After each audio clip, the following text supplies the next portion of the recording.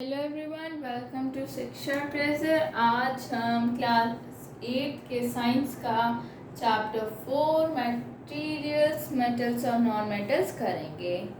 तो हमारे अराउंड जो भी थिंग्स है वो सब मटेरियल्स हैं, और जो ये मेटल्स और नॉन मेटल्स है ये इसी की क्लासिफिकेशन में आते हैं। और इस चैप्टर के अराउंड हम मेटल्स और नॉन मेटल्स की फिजिकल प्रॉपर्टीज और केमिकल प्रॉपर्टीज के अराउंड ही इस चैप्टर को करेंगे। सबसे पहले हम मेटल्स की फिजिकल प्रॉपर्टीज पढ़ेंगे। तो फिजिकल प्रॉपर्टीज में सबसे पहले आता है मैलिएबिलिटी। तो अब ये कौन सी प्रॉपर्टी होती है?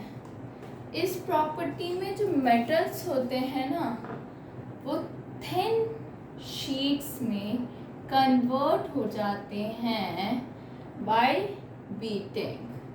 अगर हम मेटल्स को बीट करते हैं तो वो थिन शीट में कन्वर्ट हो जाते हैं।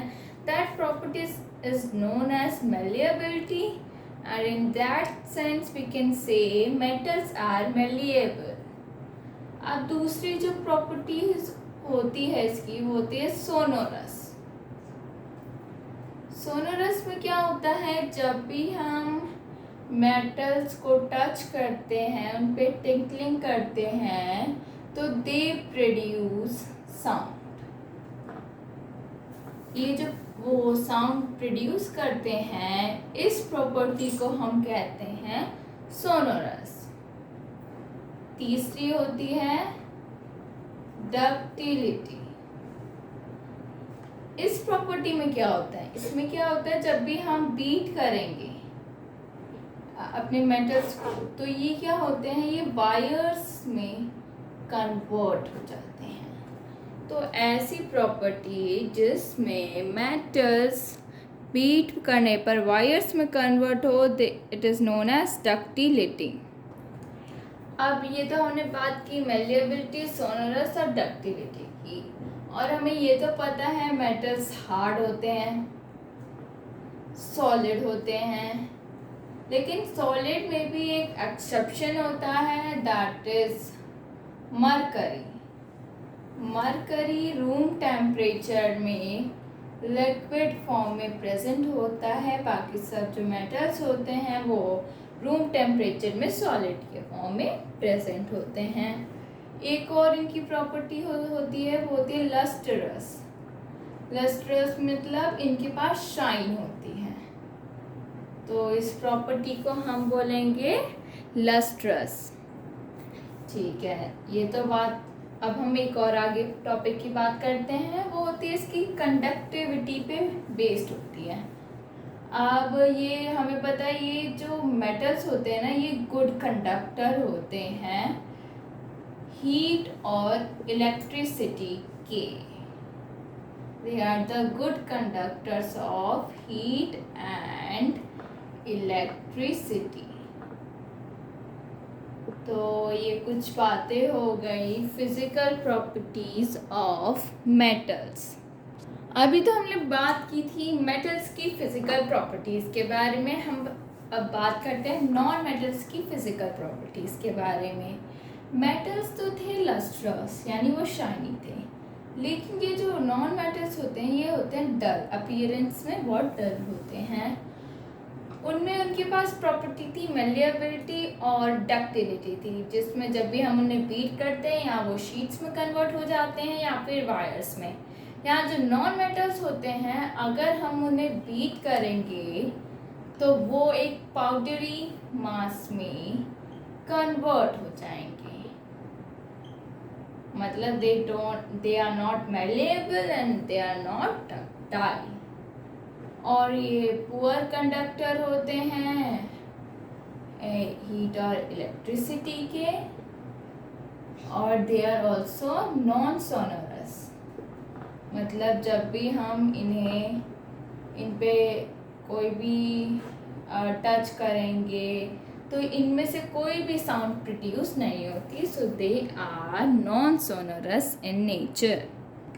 अब तक तो हमने बात की थी physical properties of metals and non metals. अब हम बात कर लेते हैं केमिकल प्रॉपर्टीज के बारे में। इसमें जो सबसे पहले हम बात करेंगे वो है डिस्प्लेसमेंट रिएक्शन। ये डिस्प्लेसमेंट रिएक्शन क्या होता है? ये एक टाइप का रिएक्शन होता है जिसमें जो ज़्यादा पावरफुल मेटल है वो उससे कम पावरफुल वाले मेटल को डिस्प्लेस कर देता है, यानी उसे उसकी जगह से हटा देता है। अब ये कैसे?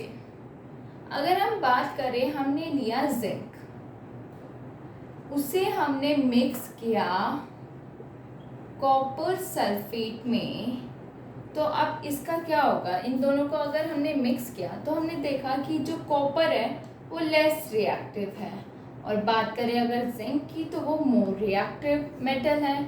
तो इसमें क्या होगा? जिंक कॉपर को डिस्प्लेस कर जाएगा, यानी ये हो जाएगा जिंक सल्फेट प्लस में कॉपर। तो देखिए इनकी पोजीशन इंटरचेंज हो गई। तो इसी को कहते हैं डिस्प्लेसमेंट रिएक्शन, जिसमें more reactive metal can displace less reactive metal. तो ये हो गया डिस्प्लेसमेंट रिएक्शन। अभी हमने बात की डिस्प्लेसमेंट रिएक्शन की।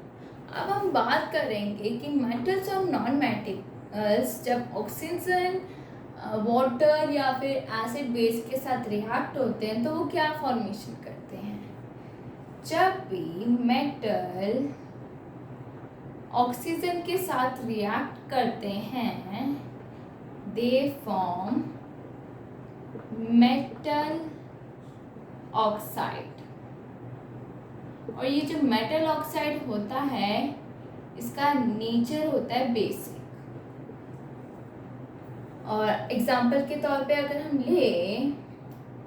हमने लिया मैग्नीशियम प्लस में लिया oxygen, it will form magnesium oxide. तो ये हो गई बात जब मेटल्स ऑक्सीजन के साथ रिएक्ट करते हैं। अभी अगर हम बात करें नॉन मेटल्स की, जब नॉन मेटल ऑक्सीजन के साथ रिएक्ट करते हैं, they form non metal oxide. और ये इसका नेचर होता है acidic. Metal oxide basic in nature and non metal oxide acidic in nature. अभी बात की हमने कि जब मेटल्स और नॉन मेटल्स ऑक्सीजन के रिएक्ट करते हैं तो वो क्या फॉर्मेशन करते हैं। अब हम बात करते हैं जब मेटल वाटर के साथ रिएक्ट करते हैं तो वो फॉर्म करते हैं मेटल हाइड्रोक्साइड। सिमिलरली जब नॉन मेटल वाटर के साथ रिएक्ट करते हैं तो वो फॉर्म करते हैं नॉन मेटल हाइड्रोक्साइड। तो ये बात हुई मेटल और नॉन मेटल के रिएक्शन विद वाटर की। सॉरी, इसमें क्या होगा, जो नॉन मेटल्स होते हैं ना वो वाटर के साथ रिएक्ट ही नहीं करते, तो वो कोई फॉर्मेशन करेंगे ही नहीं।